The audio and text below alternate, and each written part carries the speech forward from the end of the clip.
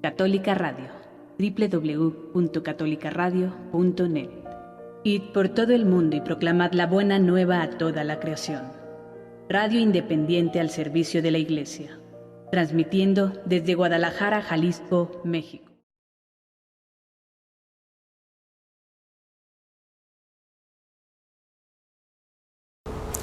Bienvenidos amigos de Católica Radio a su programa Historia de la Iglesia, un programa en el que estamos repasando, viendo a ojo de pájaro esta historia ya milenaria, bimilenaria que tenemos en la Iglesia Católica, en nuestra familia, nuestra historia.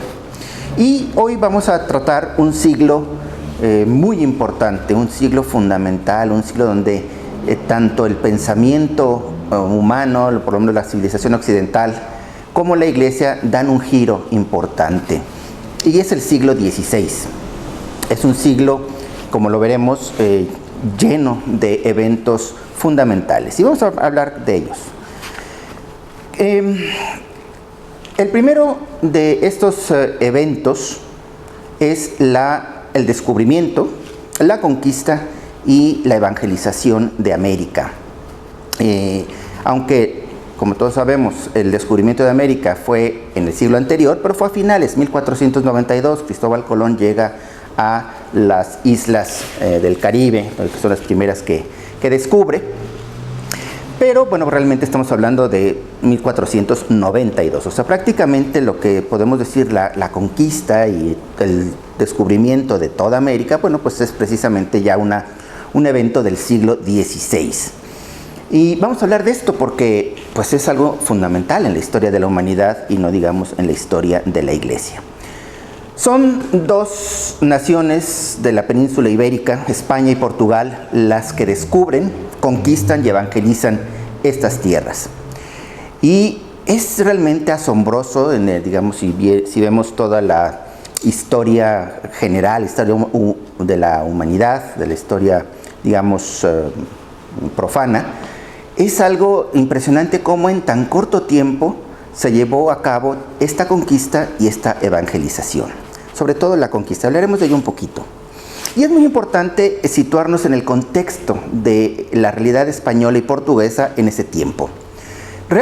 Evidentemente, el objeto de la exploración del mundo hacia el oeste de Europa, ¿no? O sea, es el mar, obviamente tenía un propósito económico, político, porque, como ustedes saben, bueno, en Europa había ya un comercio muy floreciente y muy importante con los países de Asia, con los países de donde se traían algunos bienes que eran considerados pues lujosos o digamos que ya se iban poco a poco haciendo de uso común. Por ejemplo, las especies, la pimienta, la canela, estas, especies que ayudaban a preservar la comida, que daban un sabor a la comida, etcétera, venían de Asia. También telas, sedas, cosas de estas que se comerciaban. Y igualmente había un comercio de Europa hacia estos países del Lejano Oriente. Pero recordemos, hemos estado hablando mucho del avance del Imperio Turco, del imperio que surge ahí en lo que hoy llamamos el Medio Oriente. Y al haber esta expansión del Imperio Turco, pues habían quedado, si no cortadas totalmente, sí muy complicadas las rutas de comercio entre Europa y Asia a través de las rutas tradicionales que iban pues a pie, o sea, o en camello, o las caravanas estas que iban y que tardaban meses y a veces años en ir y venir. Pero el caso es de que, bueno, se estaba complicando esto. Y pues entonces los países de Europa estaban buscando alternativas. Y en este contexto es donde se busca otro camino, otra forma de llegar al Lejano Oriente, ¿no? Lo que llamamos el Lejano Oriente. Ya circulaban en esta época algunas ideas, algunas personas pensaban que la Tierra era redonda y que era posible llegar al Oriente, a la India, a Japón, a China, por el mar, ¿no? Dando la vuelta, navegando hacia el oeste. Y había esta idea, y entonces, bueno, Colón era uno de los que decía que se podía, que era factible. Y es en este contexto donde nace la exploración hacia el oeste de la Europa. Veremos un poquito más adelante cómo la expedición de otro marino, un portugués, Fernando de Magallanes, pero que estaba al servicio de la corona española, como él tarda 3 años en darle la vuelta al mundo. Es la primera vez que se circunnavega el mundo y se demuestra de tal manera que efectivamente el mundo es redondo y se le puede dar la vuelta. Entonces, este amigo Fernando de Magallanes en 1519, o sea, ya se había descubierto América, ya se había descubierto incluso el Océano Pacífico, ¿no? Y en 1519 él dice, pues vamos a ver si se puede llegar otra vez a Europa. Y bueno, sale esta expedición y tarda 3 años, de 1519 a 1521, pero finalmente, con muchos trabajos, etcétera, pero finalmente sí regresa otra vez a España, esta expedición demostrando en esta manera que sí, la Tierra era efectivamente redonda. Sin embargo, sucede algo muy importante con este descubrimiento y exploración de las nuevas tierras que no se sabía que existían. Resulta que una vez que son encontradas, que son descubiertas por Cristóbal Colón, el carácter de esta exploración y de esta conquista adquiere un tono, una tonalidad, una modalidad muy diferente. Y es que, sí, en efecto, se buscaban las mercancías, las riquezas, el oro, la plata, los cultivos que se iban haciendo poco a poco aquí en estas tierras y que beneficiaban obviamente a los conquistadores. Pero se buscaba también, y este es un punto que no debemos olvidar, se buscaba como objetivo la evangelización de los pueblos nativos, de los indígenas de estas tierras. Así lo dice expresamente la bula que el Papa Alejandro VI, ¿se acuerdan que hablamos de él en la sesión pasada?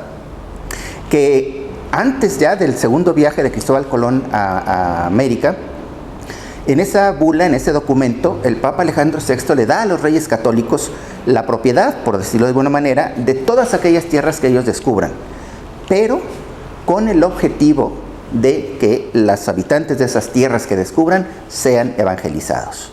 Y esa es la intención con la que se lleva adelante también este descubrimiento, ¿no? El mismo Colón es consciente de esto y lo manifiesta en sus cartas. Se conservan estos documentos, se pueden leer. Están en un archivo allá en España, en Sevilla, en un museo, un archivo que se llama el Archivo de Indias. Están todos estos documentos. Y en las cartas de Colón se ve cómo su intencionalidad es, sí, claro, descubrir tierras y tomar posesión de ellas en nombre de los reyes católicos, que eran quienes lo habían patrocinado, quienes lo habían enviado. Pero siempre se menciona el objetivo de evangelizar a los pueblos aborígenes, a los pueblos nativos que se encontraran. Y lo mismo lo vemos en los otros conquistadores. Por ejemplo, hablando en concreto de México, en las cartas de relación que envía Hernán Cortés durante su campaña de conquista en México, él siempre en algunas de ellas hace referencia a este objetivo, no solo de conquistar la tierra, no solo de, digamos, aprovechar las riquezas que estas tierras podrían ofrecer, sino también el de evangelizar a estos pueblos. Y esto, bueno, lo vemos incluso, y de eso eran muy conscientes los reyes católicos y sus sucesores, tanto Carlos V como Felipe II, allá en España. En el testamento de Isabel la Católica se habla expresamente del cuidado y de la evangelización que se tiene que tener hacia los pueblos indígenas. Y esto provocó un encuentro entre dos culturas que no se ha dado en otro momento en la historia de la humanidad. Son dos culturas muy diferentes, la europea, española, portuguesa, ¿no?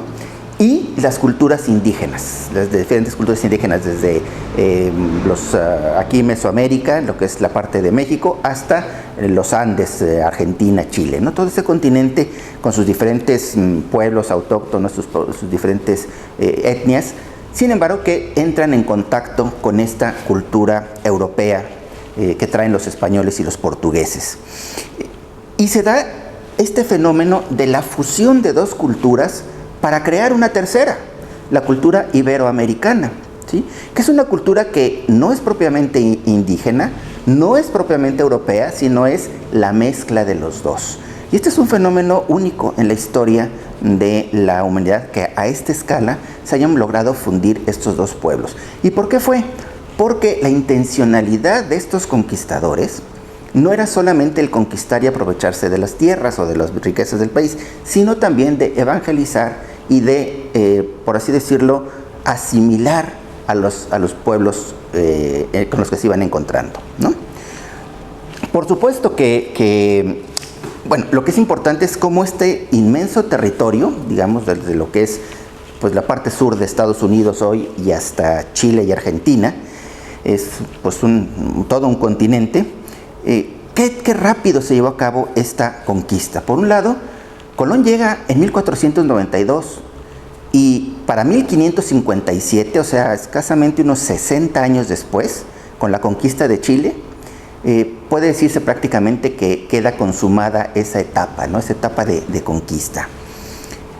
¿Cómo enjuiciar este hecho, ¿no? Porque se habla mucho de que sí fue bueno, que sí fue malo, que si nada más se vino a explotar estas tierras, que si no, en fin.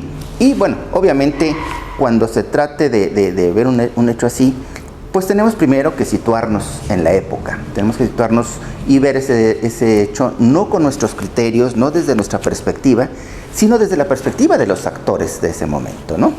Por un lado. Y por otro lado, bueno, pues hay que entender que como toda conquista, por supuesto que hubo violencias, injusticias, crueldades, abusos, y esto por ambas partes, porque a veces dicen, no, es que los conquistadores hicieron esto, sí, pero también los que se defendieron tampoco se quedaron con las manos cruzadas. Entonces fue, claro, un choque pues que fue violento en su momento, etcétera, etcétera. Pero sería muy injusto quedarnos nada más con eso y desconocer lo bueno que salió de ahí, o lo bueno que la buena, digamos, resultados o las buenas cosas que se hicieron a lo largo de esa conquista. Y fue este encuentro de dos culturas en donde ambas se enriquecieron, ¿sí?, con lo que la otra cultura traía. Por ejemplo, que la cultura europea, española y portuguesa, ¿no?, que se enriqueció con mucho de los caracteres típicos y clásicos de las culturas indígenas, como por ejemplo la paciencia, la abnegación familiar, el amor a los mayores y el amor a los hijos, la capacidad de ese silencio contemplativo de los indígenas, el sentido de gratuidad, de dar las cosas sin pedir nada a cambio, el sentido también de la fiesta, ¿no?, de gozar de estas fiestas que nuestros pueblos indígenas tienen tan claro, ¿no? Y bueno, pues esas son cosas con las que se enriqueció la cultura europea. Y al revés, o sea, ¿qué trajeron los europeos? Pues trajeron obviamente unos avances culturales y científicos mucho más avanzados de los que había en estas tierras, ¿no? El arte, la escritura, los vestidos, la agricultura, y con arados, con instrumentos de hierro, con animales de tiro, etc. Es decir, hubo obviamente un gran beneficio para estos pueblos al entrar en contacto con esta cultura, civilización que, digamos, científica y tecnológicamente estaba mucho más avanzada. Y sobre todo, y creo que esto es lo más importante y sobre todo para nuestro tema, ¿qué es lo que recibieron? Pues la fe cristiana, ¿no? La fe cristiana que vino a purificar, que vino a realmente, podemos decir así, elevar en este sentido, pues este sentimiento religioso que efectivamente estaba muy, muy presente ya en las culturas de los pueblos indígenas, ¿no? Viene la fe cristiana y es impresionante, y hablaremos de ello un poquito más adelante, cómo estos pueblos aceptan esta fe, ¿no? Y ya veremos por qué y cómo. Pero bueno, vemos entonces que este es un hecho fundamental en este siglo XVI. Bien, continuamos hablando de lo que sucedió en este siglo XVI en cuanto volvamos de este pequeño corte. Católica Radio, www.catolicaradio.net. Id por todo el mundo y proclamad la buena nueva a toda la creación. Radio independiente al servicio de la Iglesia, transmitiendo desde Guadalajara, Jalisco, México. Bienvenidos de regreso, amigos de Católica Radio. Estamos en su programa Historia de la Iglesia y estamos hablando del siglo XV. Hablamos de estos grandes acontecimientos y también, bueno, vamos a hablar ahorita un poco de cómo va cambiando también la percepción, la concepción que el hombre tiene de sí mismo y del universo, del cosmos donde vivimos. Y esto es lo que podemos llamar el paso de la Edad Media a la Edad Moderna. Los historiadores ponen como fin de la Edad Media la caída del Imperio Bizantino, la caída de Constantinopla en manos de los turcos, ya lo veíamos el siglo pasado, en 1453. Así que bueno, la segunda mitad del siglo anterior, del siglo XIV, y ya sobre todo en el siglo XV y ahora en el siglo XVI, pues ya estamos en pleno renacimiento, en plena edad, el nacimiento de la edad moderna. Y por eso hay que entender también un poco cómo cambia la percepción que tiene el hombre del mundo que lo rodea y de sí mismo. En la Edad Media, el centro de la vida, del universo, de todo, era Dios. Con el Renacimiento, y hablamos de esto algo al hablar del siglo XV, con el Renacimiento cambia el foco del pensamiento europeo, y en vez de ser ya Dios el centro del pensamiento, el centro de la vida, el centro de las preocupaciones del hombre, se convierte el hombre mismo en este centro. Eso ya lo habíamos comentado con el Renacimiento, y esto lleva varias consecuencias. Por ejemplo, en este siglo empiezan, los descubrimientos, ¿no? Obviamente de América, que es lo más importante, pero también los portugueses también le dan la vuelta a África y se van por ahí a llegar a la India por otro lado. Entonces se siguen descubriendo cosas nuevas, por lo menos desde el punto de vista europeo. Entonces ahí está esta etapa de descubrimientos donde se amplía el horizonte del hombre, ya no es solamente lo que hay en Europa, sino que se abre este horizonte a otras tierras, otras culturas, otras formas de pensar. Y también empiezan rudimentariamente las ciencias naturales a pues dar algunos resultados. Se va conociendo, se va entendiendo mejor este universo que antiguamente o anteriormente en la Edad Media, en la Edad Antigua, pues simplemente eran grandes misterios, eran cosas desconocidas. Aquí no, aquí se empiezan a encontrar ya explicaciones para cómo funciona el universo. Entonces todo esto hace que el hombre pues se meta a fondo en el arte, en los descubrimientos, en la industria, en el comercio. Se empieza a gestar, se ponen las primeras semillas de lo que será la economía capitalista que hoy vivimos, ¿no? Nace aquí en este siglo XVI. Y podríamos decir que al hombre inculto, ¿no? y aferrado a la tierra, al campesino, propio de la Edad Media, le sucede, bien, ahora se convierte este hombre en el mercader y el viajante, ¿no?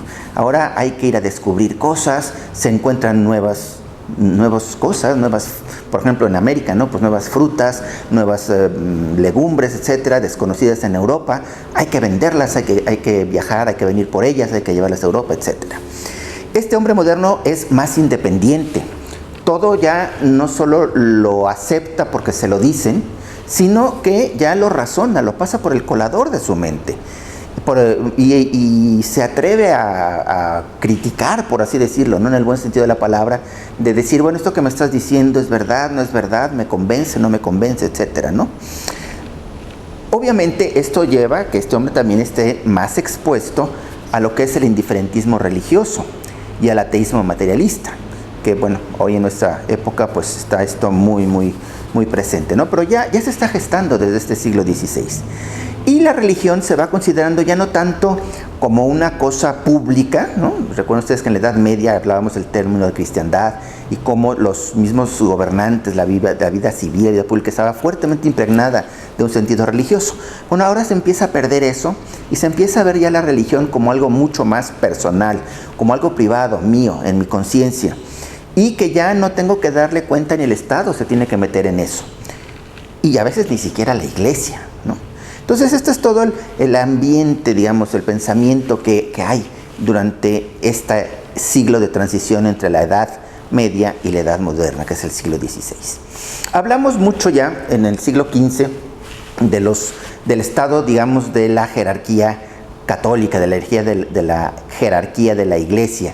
Y cómo el Renacimiento, esta visión diferente de la visión medieval, pues había infiltrado también en la iglesia, y cómo habíamos hablado en el siglo XV, cómo habían empezado estos papas fuertemente influidos por las ideas renacentistas y que eran más príncipes que pastores, ¿no? Bueno, pues esto hablábamos también de que esto continúa en este siglo, por lo menos en la primera mitad, ¿no? Porque lo que sucede, bueno, ya lo platicamos la vez pasada, no lo repito, pero sí, estos papas de la segunda mitad del siglo XV y primera mitad del siglo XVI son más príncipes, más señores feudales que pastores.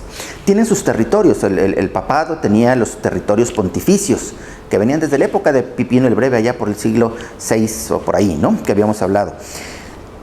Y bueno, en esta Europa que se van conformando ya las nacionalidades, las naciones, los países ya están conformados, pues bueno, había luchas entre estos soberanos, ¿no? Estos reyes, estos príncipes, pues que luchaban por tener territorios, tener influencia. Estaba todo pues como siempre ha sido, ¿no? La política mundial. Y los papas estaban metidos en ellos, porque ellos también eran soberanos, también eran, por así decirlo, reyes en cierto sentido de los estados pontificios. Entonces, bueno, pues estaban metidos en todo este ajo y ciertamente, pues como decíamos, eran más príncipes que pastores. ¿Y qué pasaba? Bueno, en Italia, lo que hoy es Italia, se había convertido en ese siglo XVI en el campo de lucha entre Francia, que era una potencia importante europea, y toda la parte, digamos, de la Europa alemana, la Europa germana, donde estaba la familia de los Habsburgo.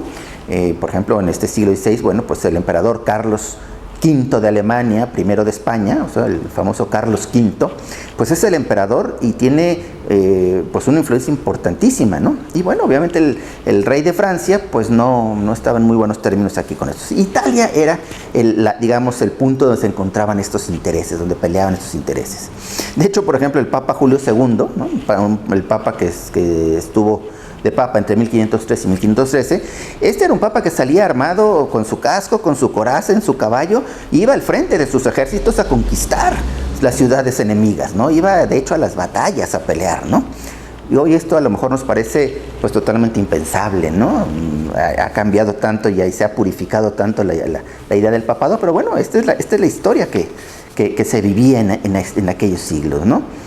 Y este mismo Papa, por ejemplo, cuando empieza la construcción de la nueva Basílica de San Pedro en el Vaticano, invita a todos los cristianos pues a que contribuyeran con donaciones para este proyecto, que bueno, era pues sí un proyecto de iglesia, ¿no? ¿Se acuerdan que ya hablábamos de él en la sesión pasada, que era el Papa que empezó a embellecer realmente de una manera muy importante la ciudad de Roma? Con él empezó, no fue el único, pero con él empieza este embellecimiento de la Roma, que hoy podemos ver, todavía queda unos monumentos, unos palacios, pues arte impresionante ahí en Roma, fruto de todos estos papas, ¿no? Y este papa, cuando empieza a construir la basílica que hoy conocemos, la Basílica de San Pedro de hoy en el Vaticano, que la empieza a construir él, pues para costear este proyecto, le pide a todos los cristianos que colaboren. Y para animarlos, o sea, para darles el dulcecito, dice que concede indulgencias a quienes, junto con otras obras buenas, contribuyeran con dinero para la construcción de la basílica. ¿Qué pasó? Pues que de este gesto, ¿no? Para tratar de hacerse de fondos para la construcción de la Basílica de San Pedro, se abusó. Y se abusó de una manera escandalosa y dio lugar a un escandaloso comercio de indulgencias. Se vendían y se compraban. Veremos un poquito más adelante. Entonces, esta iglesia, esta jerarquía de la iglesia, pues no respondía a las necesidades del pueblo cristiano. El pueblo cristiano quería pastores, quería guías, y no los tenía. Esa es la verdad.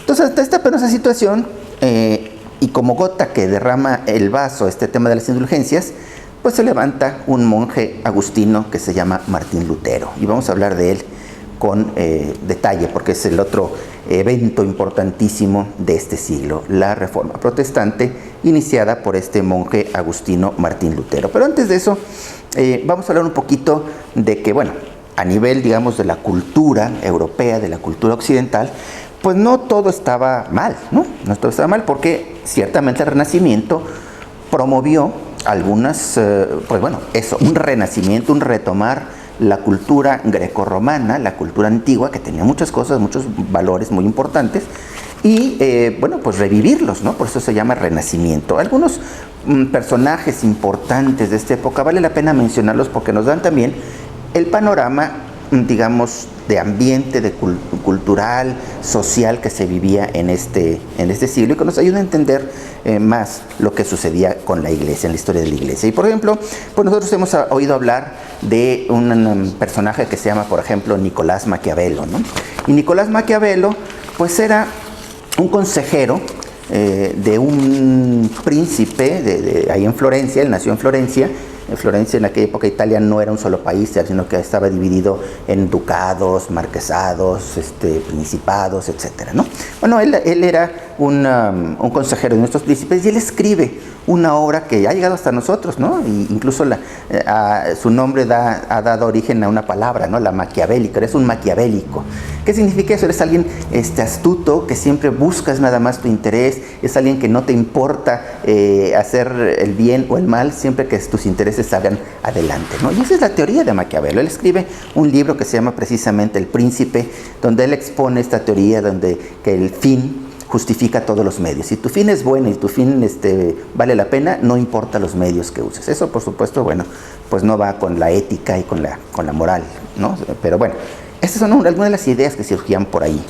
Y luego, pues en el tema de las artes y de las ciencias, pues hay gentes muy importantes. Por ejemplo, es de este siglo Nicolás Copérnico, el primer científico que dice que el centro del sistema planetario pues no es el Sol, como se había creído hasta ese momento, sino que no es la Tierra, ¿no? Que hasta ese momento se creía, sino que es el Sol. Y bueno, eso causa un gran revuelo, ¿no? Y después vendrá Galileo para confirmarlo, etcétera, etcétera. En el área de los artes, pues tenemos a los grandes pintores, escultores, arquitectos, ¿no? Sobre todo allí en la Roma de los papas renacentistas. Están un Rafael Sanzio, gran pintor, Leonardo da Vinci, que bueno, pues de él hemos oído muchísimo, un hombre artista, científico, pintor, escultor, arquitecto, músico, ¿no? Con grandes pues obras que nos ha legado. Y bueno, tenemos que hablar también de Miguel Ángel, un genial escultor, pintor, arquitecto, ¿no? Tenemos ahí sus esculturas, la Piedad, ¿no? Esta imagen de la Virgen con Jesucristo muerto en sus brazos, el David o el Moisés, ¿no? Y bueno, fue el que decoró parte de la Capilla Sixtina, el famoso Juicio Universal, ¿no? Que está en el frente de la Capilla Sixtina, donde hoy se hacen los cónclaves, donde se elige al Papa, pues fue pintado por estos hombres, ¿no? Entonces, pues hay todas estas luminarias de las artes, de las ciencias, y ese es el ambiente que se vive en el siglo XVI. Bien, pues en cuanto vengamos de este corte, vamos a hablar del otro gran evento de este siglo, la Reforma Protestante de Martín Lutero. Católica Radio, www.catolicaradio.net. Id por todo el mundo y proclamad la buena nueva a toda la creación. Radio independiente al servicio de la Iglesia. Transmitiendo desde Guadalajara, Jalisco, México. Pues estamos de regreso, amigos de Católica Radio, aquí en el programa Historia de la Iglesia, hablando del siglo XVI. Y nos queda hablar de este gran y terrible acontecimiento que fue la Reforma Protestante. Y digo terrible porque, bueno, pues es una escisión, un cisma dentro de la Iglesia y que, bueno, hasta nuestros días perdura, ¿no? No se ha podido arreglar, aunque, bueno, se han dado avances, pero en fin, ahí estamos. Vamos a hablar un poquito de esto.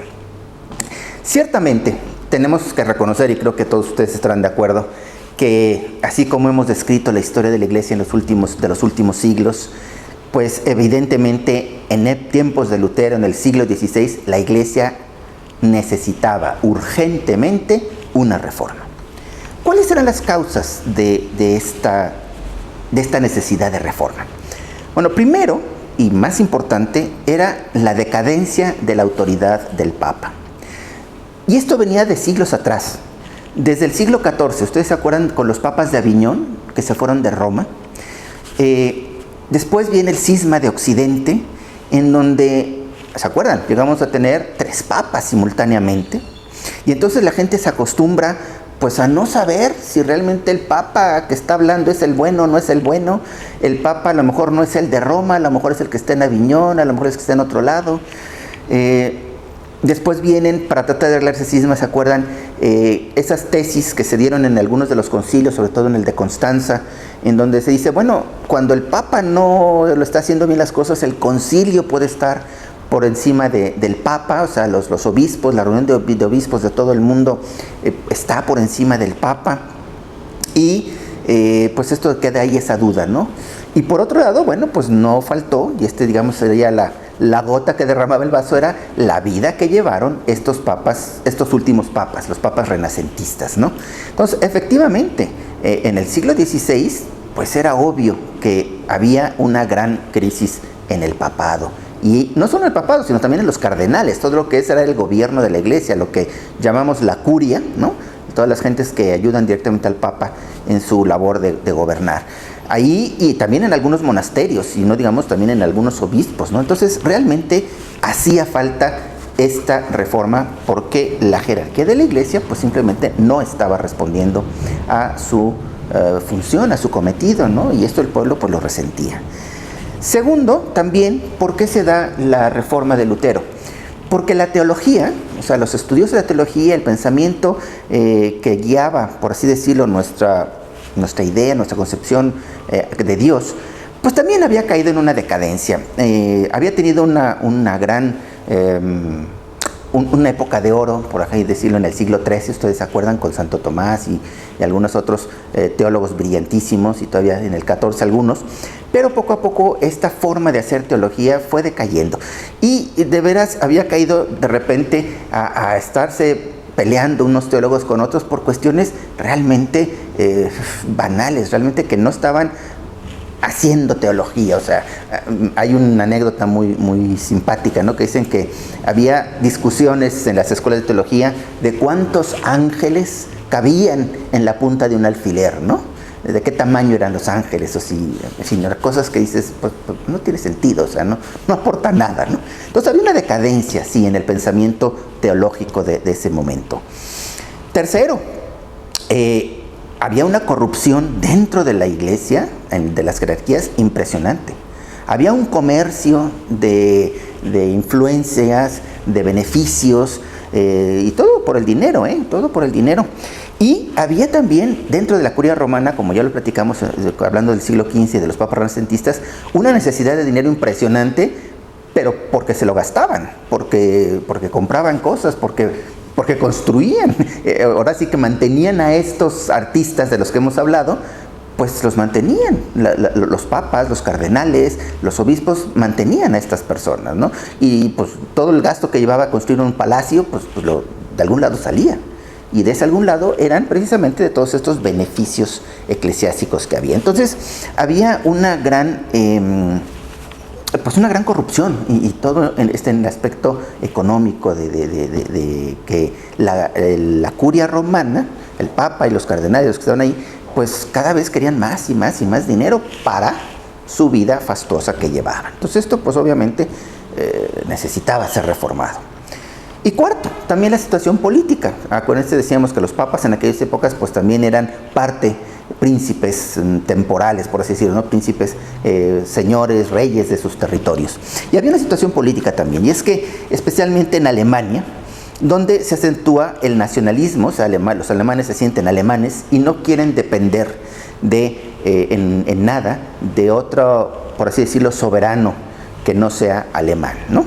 Y entonces muchos príncipes y nobles alemanes fueron los primeros en acoger las teorías de Lutero de separarse de Roma. ¿Por qué? Pues porque lo veían ya desde el punto de vista político una manera de independizarse de esta tutela o de esta figura, ¿no? Que tenía el Papa como el superior, ¿no? el jefe de todos los estados europeos, todos los estados que se llamaran cristianos. Entonces, estas, digamos, serían las 4 causas principales, importantes, que dieron pues pie, o sea, fundamento a la reforma protestante, ¿no? ¿Cómo empezó esto? Bueno, pues había todo este caldo de cultivo, había todo este descontento, había todo esto, o sea, la gente no estaba a gusto, ¿no? O sea, ante todas estas situaciones. Y bueno, solo hacía falta una chispa que prendiera esta hoguera. Y esa chispa fue el hecho de que un príncipe alemán, el príncipe Alberto, compró, así tal cual, compró al Papa León X el arzobispado de Maguncia. Y para que Alberto pudiera pagarle al Papa lo que costó ese arzobispado, le concedió publicar en Maguncia una indulgencia, es decir, otorgar indulgencias, ¿no? Para recabar el dinero con el que se iba a construir la catedral de Maguncia, y también parte de ese dinero se iría para seguir construyendo la Basílica de San Pedro en Roma.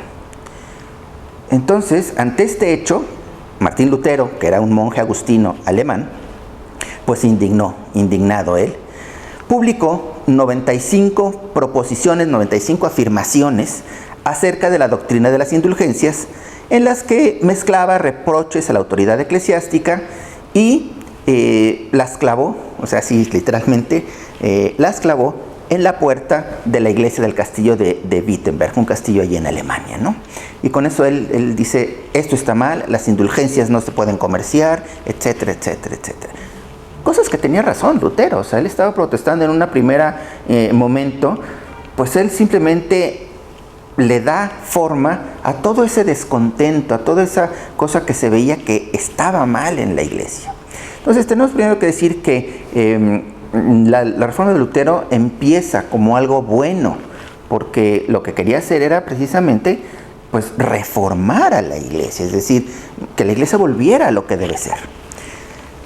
¿Qué sucedió? Bueno, pues durante 3 años, a partir de este incidente, durante 3 años, los miembros de su orden, él era un monje de los canónigos regulares de San Agustín, los miembros de su orden y algunos enviados, algunas gentes que envía el Papa desde Roma, intentan convencerlo de que esas cosas que él afirma en sus 95 proposiciones, pues que las cambie, que corrija su doctrina, que no está bien, etcétera, etcétera.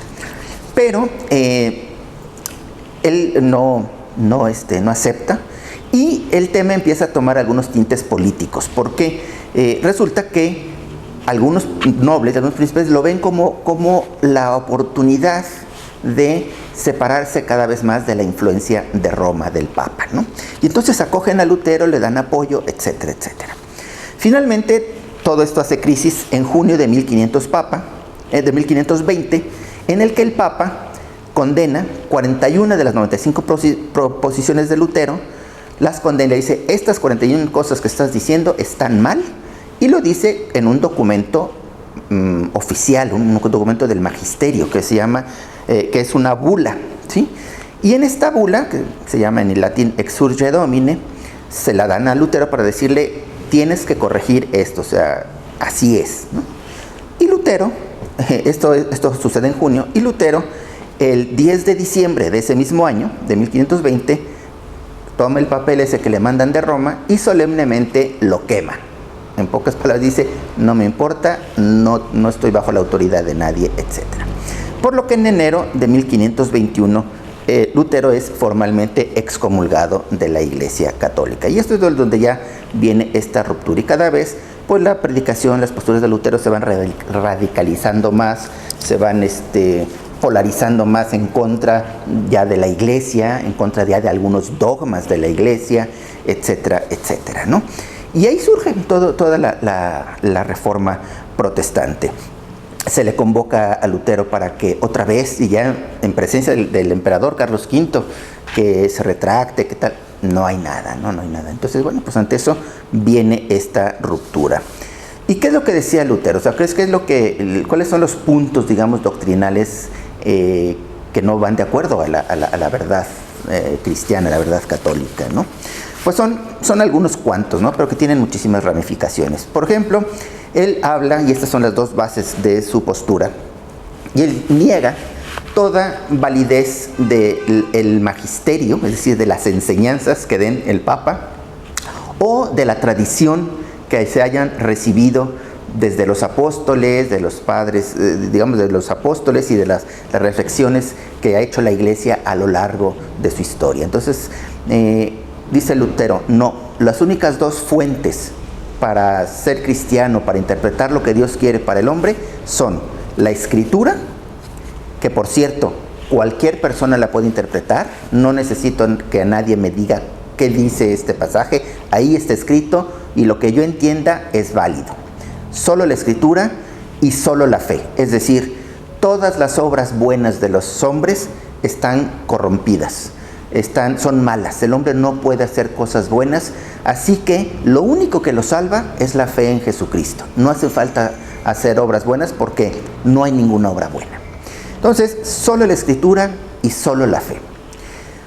Por otro lado, desconoce también de los 7 sacramentos, solo se queda con 2, el bautismo y la Eucaristía. Pero en la Eucaristía, aunque él reconoce alguna presencia más de tipo espiritual, simbólica en la Eucaristía, no acepta la transubstanciación, o sea, no acepta que realmente el pan y el vino se convierten en el cuerpo y sangre de Jesucristo y que Cristo está realmente presente, vivo ahí en las especies eucarísticas. Él dice que bueno, sí, que Jesucristo dijo que hagan eso en conmemoración mía, pero bueno, que simplemente es para recordarlo, que está Cristo ahí en la comunidad, presente, etcétera. Da muchas explicaciones, pero no acepta el fondo de que realmente es Jesucristo quien está presente en la Eucaristía. Y tampoco dice que la Eucaristía, la misa, tenga este elemento, esta dimensión sacrificial en la cual Jesucristo se ofrece al Padre en reparación como redentor de la humanidad. Entonces eso no es así. Luego dice que solamente Cristo, que el único mediador entre Dios y los hombres es Cristo, que no hay ningún otro. Por lo tanto, todo el culto a los santos, ¿sí?, y obviamente todo lo que tenga que ver, por ejemplo, con el sacerdocio como tal, pues queda eliminado desde la perspectiva luterana, ¿no? O sea, los santos pues no tienen ya nada que hacer, simplemente pues son gente que a lo mejor pues sí, ya está en el cielo, pero que no pueden interceder, que no tienen nada que ver con nosotros aquí en la tierra. Que solamente el único que puede interceder, el único que puede salvarnos es Cristo y nadie más. Entonces pues obviamente el culto a la Virgen, el culto a los santos, queda fuera de la concepción luterana. Y finalmente él dice, para, por así decirlo, también acabar de sacudirse la autoridad del Papa, ¿no?, la autoridad de una jerarquía, él dice que realmente la Iglesia como tal es solamente la Iglesia invisible, es decir, esa unión espiritual entre todos los bautizados, ¿sí? Entonces sí, claro que hay una iglesia y Cristo fundó una iglesia, pero es la iglesia, no se ve. O sea, simplemente todos aquellos que hemos sido bautizados y que creemos en Cristo, formamos la iglesia. Pero que Cristo no quiso fundar, no fundó de hecho, una iglesia visible, una organización, que obviamente pues cualquier organización tiene su estructura, su jerarquía, quién mande, quién obedece, etcétera, ¿no? Entonces Lutero dice no. Resume, o sea, para hacerlo fácil, solo escritura, solo fe, solo dos sacramentos, solo Cristo y solo la iglesia. Y todo lo demás que se salga de la iglesia invisible, ¿sí? Y todo lo demás que salga de ahí está mal. Eso es lo que dice Lutero, ¿no? Y esto es lo que provoca, y esta es la doctrina básica de esta reforma protestante. Después de Lutero, vinieron, lógicamente, al desaparecer una autoridad, al desaparecer una magisterio, o sea, una enseñanza de la iglesia que se acepte como tal, etcétera, pues empezaron las divisiones, ya desde tiempos de Lutero. Ya desde entonces empieza a haber gente que acepta estas doctrinas básicas, pero que luego les pone su propia modalidad, su propia perspectiva, por así decirlo, ¿no? Y entonces tenemos gente, por ejemplo, como los anabaptistas, que surgen también en este siglo, en las cuales siguen las doctrinas de Lutero, pero dicen ellos, no, ¿sabes qué? El bautismo solamente para los adultos, por eso se llaman anabaptistas, porque no hay que bautizar a los niños. Y ellos también rechazan no solo la autoridad de la iglesia, sino también la autoridad civil. Entonces, ahora sí que se sienten algo así como ciudadanos del mundo, ¿no? O sea, yo no estoy sujeto a nadie más que a Dios. Bueno, pues imaginen ustedes eso en un país, en una sociedad humana, alguien que piense así, que no esté dispuesto a aceptar una autoridad civil que también regule las relaciones humanas. Bueno, pues estos anabaptistas de ahí surgen. Está también Calvino, un laico francés, y de ahí vienen los calvinistas, también de esta época. Otra vez, un discípulo de Lutero, pero que luego le da su perspectiva, sus matices.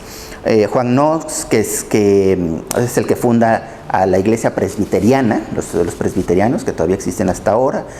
Zwinglio también es otro protestante que también modifica este asunto. Y bueno, pues finalmente tenemos a Enrique V, ¿no? Enrique VIII de Inglaterra, y la iglesia anglicana, ¿no?, que funda él, que él inicia. Conocemos su historia. Él lo único que hace es que quería divorciarse de su esposa, Catalina de Aragón, una española, con la cual no había podido tener hijos, ya le preocupaba mucho tener descendencia, y entonces le pide al Papa que anule su matrimonio. Y el Papa le dice, pues no se puede porque estás bien casado, te casaste como debe ser. Y entonces él dice, pues entonces si no me vas a casar, me separo, otra vez toma las ideas de Lutero, pero él les da su giro y él funda la propia iglesia de Inglaterra, por eso se llama anglicana de Inglaterra, y se autonombra el mismo cabeza de la iglesia. Y eso se continúa hasta hoy. Hoy en Inglaterra la cabeza de la iglesia anglicana es la reina Isabel II es la cabeza de la iglesia anglicana, ¿no? Entonces, bueno, pues todos estos son las ramas que se empiezan ya en época de Lutero, en el siglo XVI, se van ya desprendiendo, ¿no? Y hoy tenemos, pues no sé, el último dato no lo conozco, pero hay más de 20,000, ¿no? Diferentes pues iglesias, sectas, grupos que se llaman cristianos, que se dicen cristianos, pero que realmente todos salen de este rompimiento de Lutero, ¿no? Estos son los hechos del siglo XVI. No hemos terminado con este siglo porque en la próxima sesión, si Dios quiere, lo que vamos a hacer es ver qué hizo la iglesia frente a estos hechos, frente al descubrimiento de América, frente a la reforma protestante, frente a la real necesidad de reforma que tenía la iglesia, ¿no? Y esto lo veremos en nuestra próxima sesión, donde continuaremos hablando de este siglo XVI. Muchas gracias y hasta la próxima.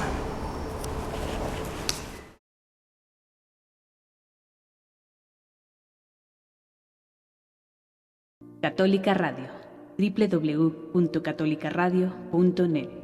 Id por todo el mundo y proclamad la buena nueva a toda la creación. Radio independiente al servicio de la Iglesia, transmitiendo desde Guadalajara, Jalisco, México.